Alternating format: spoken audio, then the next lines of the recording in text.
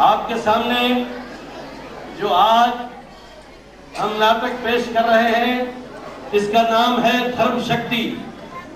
इस नाटक में मेन यही दिखाया गया है धर्म इंसान के अंदर कितनी शक्ति पैदा करता है।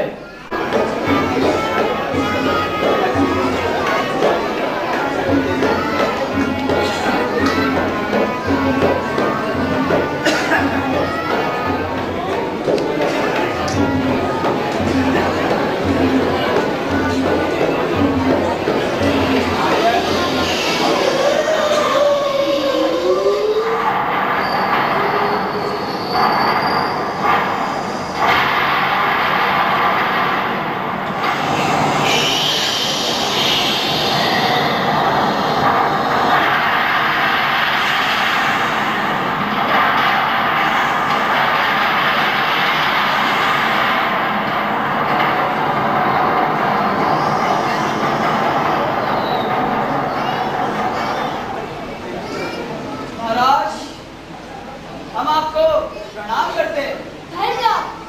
आपका इस भयानक जंगल और ऐसी बारिश में कैसे आना हुआ? प्रिय बंधु, हम पैदल चलते चलते रास्ता भटक गए थे। यदि तुम हमारी कुछ सहायता कर सकते हो तो हमें सही मार्गदर्शन दो। महाराज, मुझे लगता है आप काफी दूर से पैदल चलकर आ रहे हैं। शायद भैया, शायद ये जैन मुनि ही होंगे। प्रिय बंधु, आपने तो हमें सही पहचाना।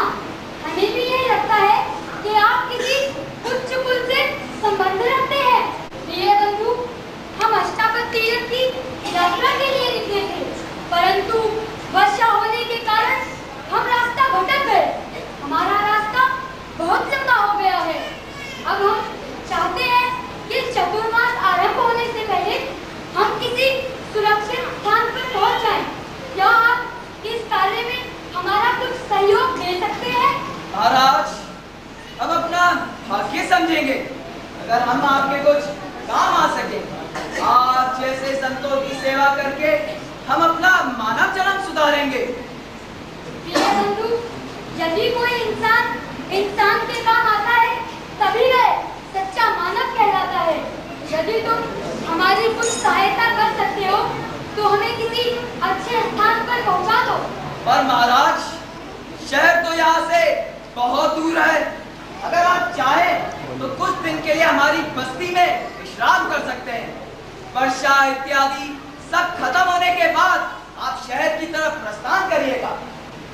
देखो बंधु, जैन मुनि चौमासे में 4 महीने तक एक ही स्थान पर रहते हैं। पर महाराज, चौमासे में तो सिर्फ 4 दिन ही रह गए और शहर यहाँ से 100 कोस दूर है। 4 दिन में शहर पहुंचना असंभव है। शहर पहुंचना तो असंभव है, इसलिए यदि कोई आसपास अच्छा स्थान हो तो बताओ। मुनियों के लिए तो जैसा शहर वैसा ही वन।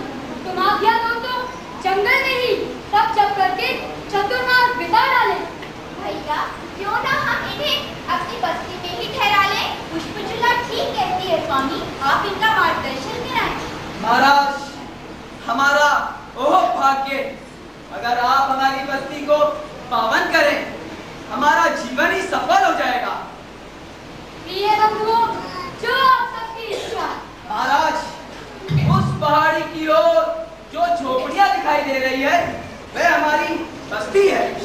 उस बस्ती का मैं सरदार हूँ। मेरी बहन पुष्पचूला और मेरी रानी मेरे साथ रहती है। ये जितने भी भीड़ जो वहां तक दिखाई दे रहे हैं वह सब मेरे अधीन है। चारों ओर मेरी हुकूमत है। मेरे नाम के डंके दूर दूर तक बजते हैं। मेरे नाम से लोग थर थर कांपते हैं। मैं इस अपनी सल्तनत का बेताज बादशाह हूँ। महाराज, यदि आप चाहें तो कुछ दिन के लिए हमारी बस्ती में रह सकते हैं। आपका रहने का प्रबंध कर देंगे। अरे सरदार, कलम हो जाएगा, सितम हो जाएगा। अगर ये हमारी बस्ती में रहे तो हमारा धंधा ही चौपट हो जाएगा। हम तर तर के भिखारी बन जाएंगे।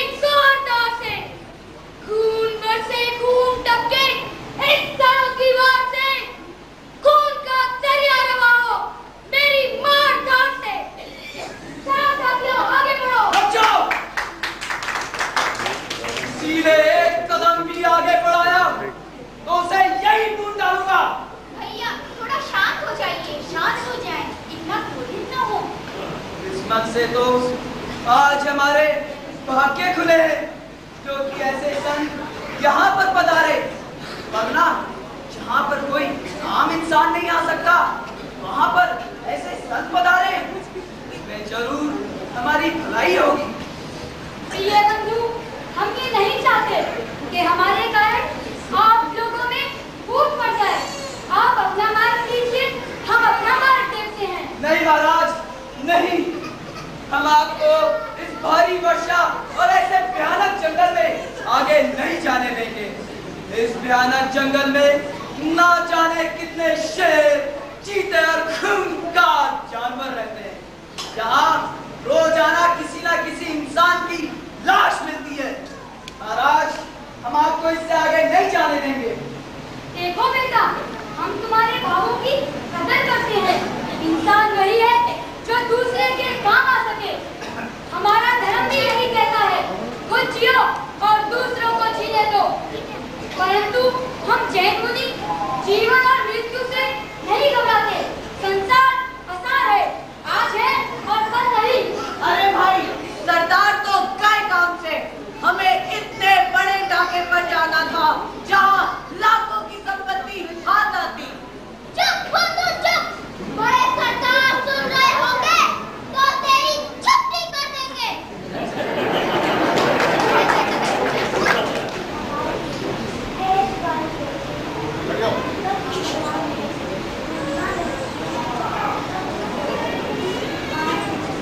आज मेरे भैया का जन्म दिवस है। आज मेरे स्वामी के जन्मदिन के उपलक्ष्य में एक उत्सव का आयोजन किया गया है। और इस उत्सव में नाच, गाना, खाना, पीना इत्यादि सब कुछ होता है। महाराज, इससे आपको कोई इतराज नहीं होगा। आप अपना उत्सव मनाएं, हमें तो अपने धर्म ध्यान में ही लगना है। आप कितने भी नाच गाने करें, हमें इससे कोई मतलब नहीं।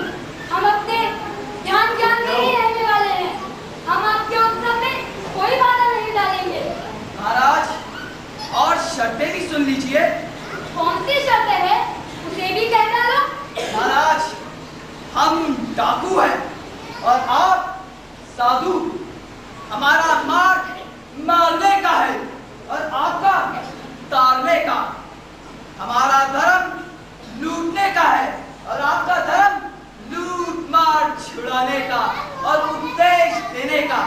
यदि महाराज आप हमारा साथ देंगे तो आप बिगड़ जाएंगे, और यदि हम आपका साथ देंगे तो हमारी आजीविका ही खत्म हो जाएगी। हमारे बीवी बच्चे भूखों मरेंगे।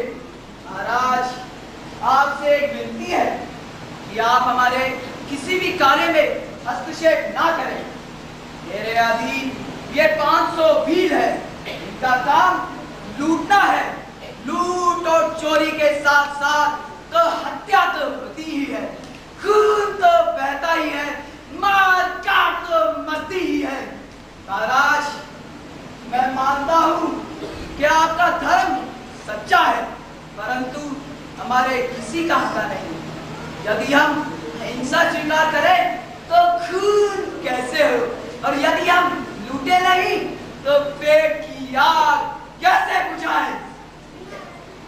महाराज, आप खुशी से हमारी बस्ती में रह सकते हैं, परंतु हमारे किसी आदमी को भी उपदेश न देने की शर्त ध्यान में रखें। क्यों भाई ज्ञान मुनि, क्यों भाई मुनियों, चतुर्मास के बारे में आप सबका क्या विचार है? महाराज, बहुत किया गया। बात सरदार को कमाल कर दिया। एक तरफ हम लोगों को लूटेंगे और दूसरी तरफ साधु संतों की सेवा करेंगे। वाह, क्या बात कही है लखन। बगल में छुरी, मुंह में राम, करेंगे हम जनता का कल्याण। महाराज, चलिए आप अपने इन पवित्र चरणों से हमारी बस्ती चोटपल्ली को पावन कीजिए। ज्ञान मुनि, इनको मंगल सुनाओ।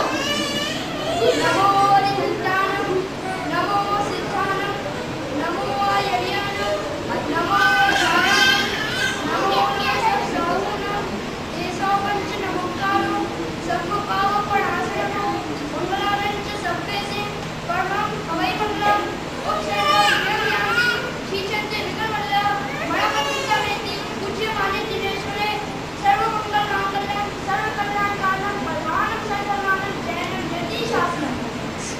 आइए महाराज, चलिए। बोलो महावीर भगवान की जय, जय संतों की जय, जय पुण्यों की जय, जय धर्म की जय। ओए ओ आ, ओए ओए, ए जी, ओ जी, ए जी, ओ जी, लो जी सुनो जी, मैं हूँ मनमौजी, करता हूँ मैं जो तुम भी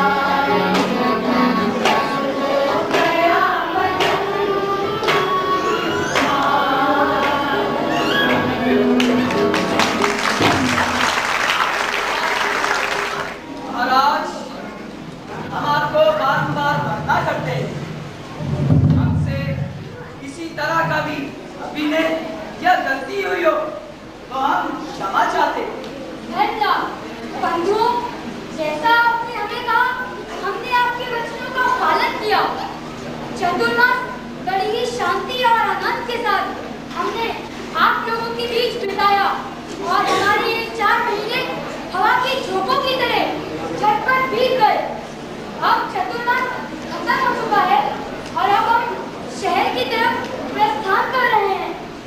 हम आप सबके बहुत आभारी हैं और आप सबको कभी नहीं भूलेंगे। आशा करते हैं कि आप सब भी हमें कभी नहीं भूलें। परंतु क्या महाराज, आप निसंदेही अपने मन की बात कहें। एक प्रश्न पूछूं? आप निसंकोच ही मुझसे प्रश्न पूछे, मैं उसका सही उत्तर दूंगा। तुम कहते हो कि मैं डाकू हूँ, परंतु हमने अपने ज्ञान से, तुम्हारे आचरण से यह अनुभव किया है कि तुम डाकू नहीं हो और किसी ऊंचे खानदान के मालूम होते हो। महाराज, आप नहीं पूछे तो अच्छा है। पर क्यों? क्योंकि आप उन पुरानी बातों को याद कर कर मेरे जख्मों को मत छूने दिए। केवल मुनि, इनको वास्केप दो।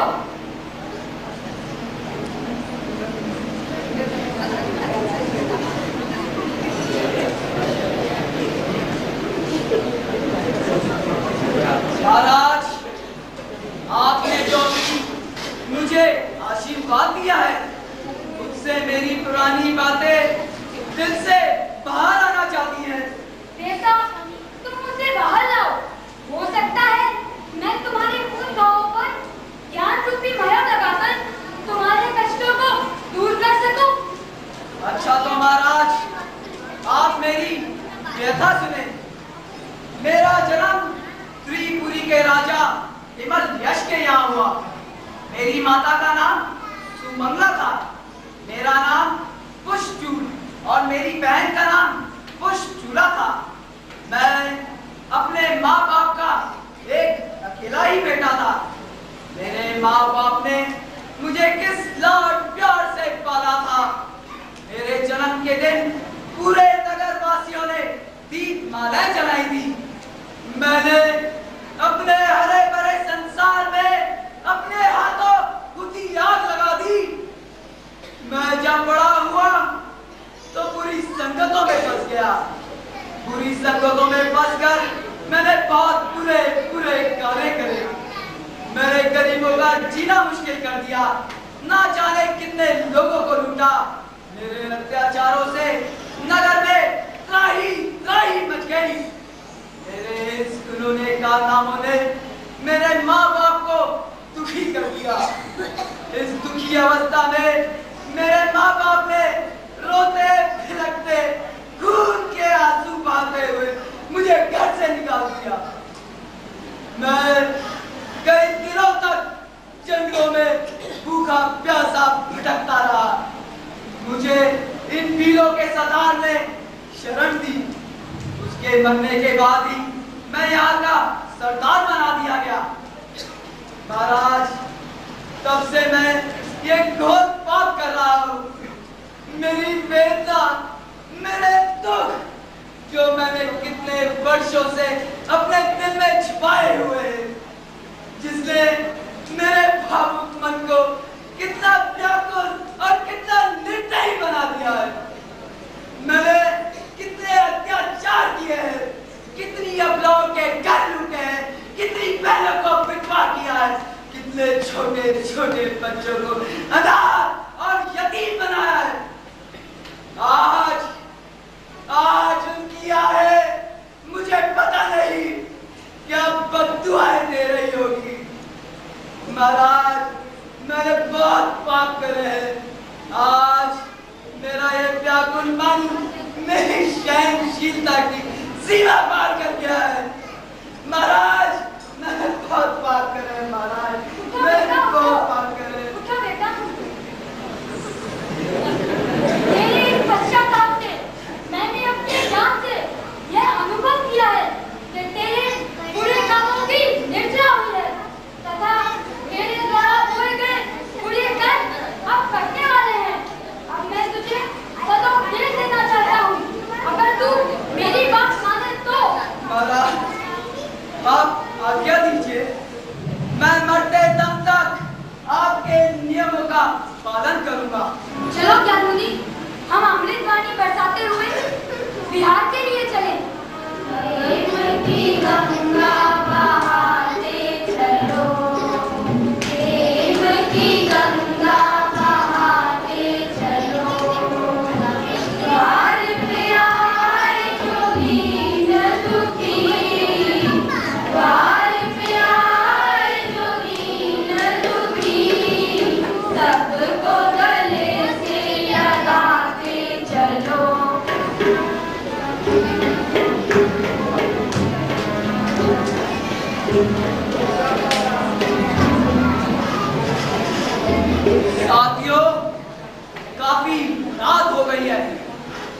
सब लूट का माल रखकर विश्राम करो। जाओ।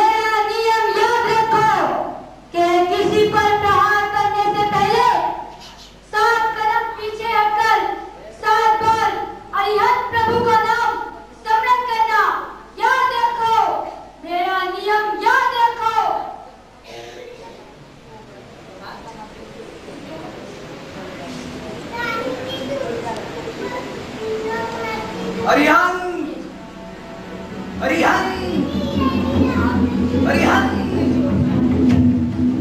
अरिहंत, अरिहंत,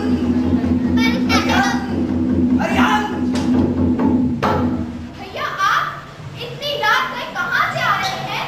अरे बहन, कुछ सुना? तुझे इस पुरुष वेश में देखकर मुझे हैरानी हो रही है। आज मुझसे क्या अनर्थ हो जाता, मैं अपनी निर्दोष पत्नी और बहन की हत्या कर देता। भैया ये तो मैंने और मेरी भाभी ने मिलकर आपकी परीक्षा लेने के लिए मात्र छोटा सा षड्यंत्र रचा था और मैंने ये पुरुष वेश धारण किया था। हम दोनों यह जानना चाहते थे कि आप आचार्य श्री दी गई शिक्षाओं पर अमल कर रहे हैं या नहीं। भला हो उस महान संत का जिसने मुझे किसी प्रहार से पहले 7 कदम पीछे हटना और 7 बार प्रभु हरिहंत का नाम स्मरण करने के लिए कहा था। धन्य है वो संत और धन्य है उनके उपदेश।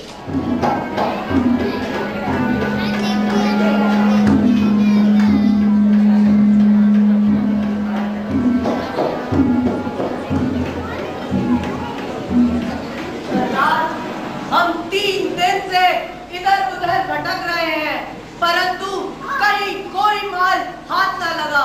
मेरे तो भूख के मारे प्राण ही निकले जा रहे हैं। सरदार, मुझसे तो चला नहीं जाता। मेरे तो पेट में इतना दर्द हो रहा है, पूछिए मत। चलो साथियों, आज यहीं पे पड़ाव डाल दो। बड़ा मन है, चलो कहीं चल के फल फूल देखें और अपने पेट की आग बुझाएं। अरे भाई, मुझसे तो चला नहीं जा रहा, मेरी तो टांगें टूट रही हैं। तुम जब उस पेड़ पर कुछ फल लटक रहे हैं, मैं सभी के लिए ले आता हूँ। हाँ जाओ।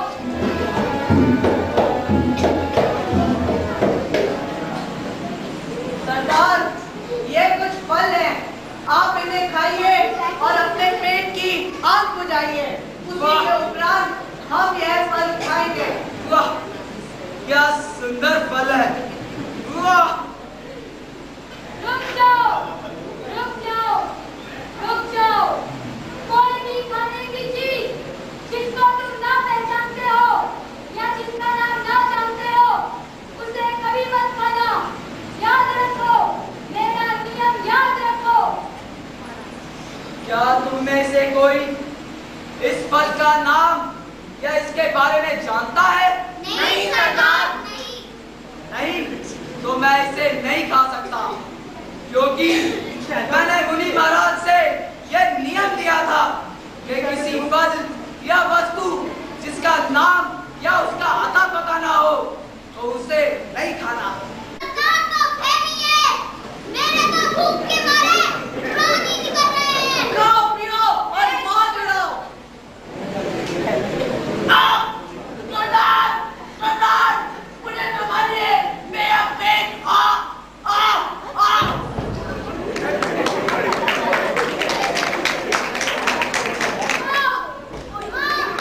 मेरे पेट में दर्द हो रहा है।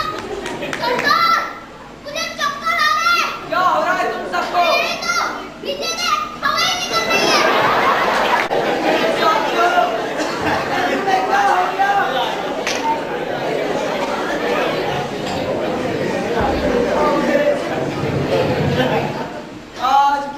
आभास हुआ कि उन मुनि महाराज के वचनों में कितनी शक्ति थी। मेरे जितने साथी हैं सब मुझे छोड़ के चले गए।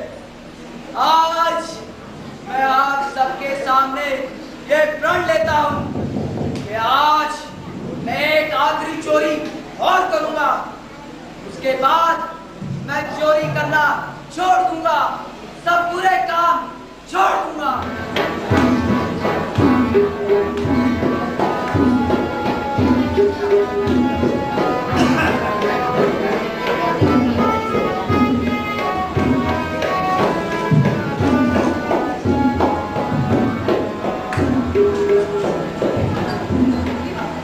अब मैं सही ठिकाने पर आ गया हूँ। महारानी सो रही हैं। अगर मैंने इनके गले से हाथ उतारा तो इनकी नींद जग जाएगी। अब मुझे क्या करना चाहिए?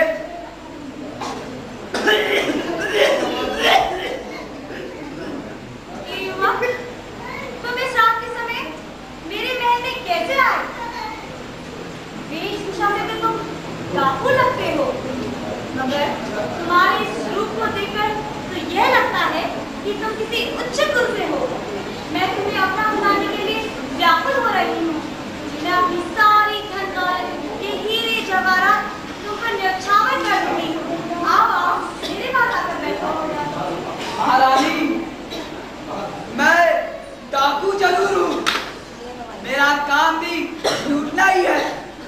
मैंने बहुत बड़े बड़े डाके भी डाले हैं, परंतु आज मैं घर से चलते समय यह प्रतिज्ञा करके चला था कि आज ये मेरा अंतिम डाका होगा। वैसे भी मैंने मुनि महाराज से नियम लिया था, मैं अपने जीवन के अंदर किसी भी पर स्त्री को अपनी माँ या बहन समझूंगा। मैं रूपवान इस राज्य की महारानी हूँ और तुझे अपना बनाने के लिए आकुल हो रही हूँ। तेरे जैसा मुक्त तो संसार में कोई नहीं होगा। महारानी, मैं आज ये सोच कर आया था कि आज ये मेरा अंतिम डाका होगा, परंतु अब मुझे किसी धन दौलत की जरूरत नहीं। वाह वाह प्रभु, क्या संसार बनाया है।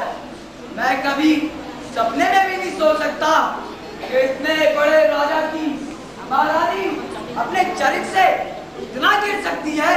मुझे क्षमा करो और मैं यहाँ से चला। रुक जाओ, तुम इस महल से बाहर नहीं जा सकते। महाराज, महाराज, मुझे बचाइए।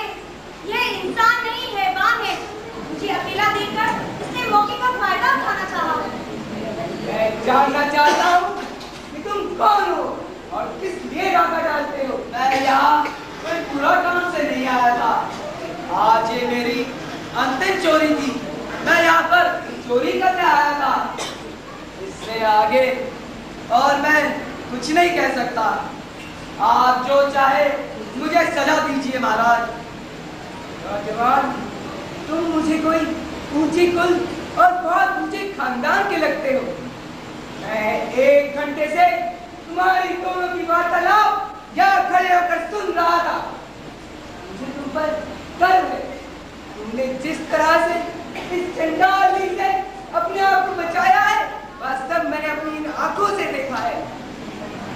कलंकनी, मूर्ख स्त्री, इतने बड़े राज्य की महारानी होते हुए ऐसा विचार आ गई, तू इस धरती में ही क्यों नहीं धस गई?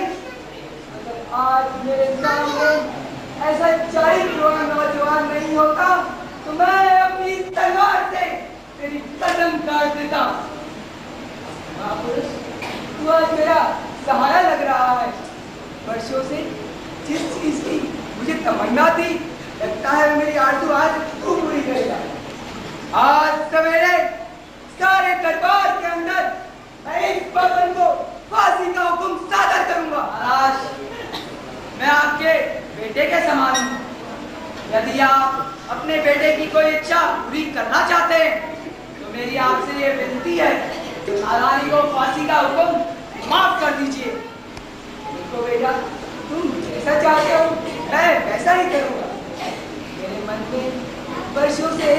चिंता थी कि मेरे इस वंश को चलाने वाला मेरे इस खानदान में कोई चश्मो चिराग नहीं है। लगता है आज मेरे इस वंश को चलाने के लिए ही भगवान महावीर ने तुम्हें इस डाकू के रूप में मेरे यहाँ भेजा है।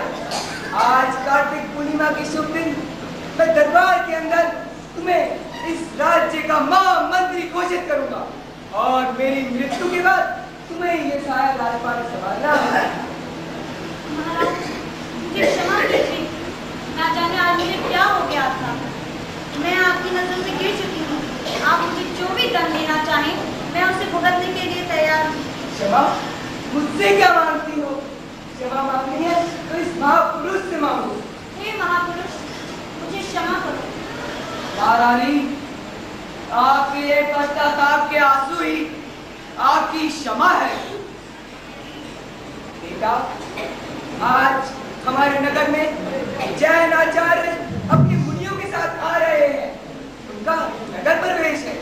मैं चाहता हूँ कि हमारे साथ तुम भी उनका स्वागत करने के लिए चलो। यदि आपकी आज्ञा महाराज।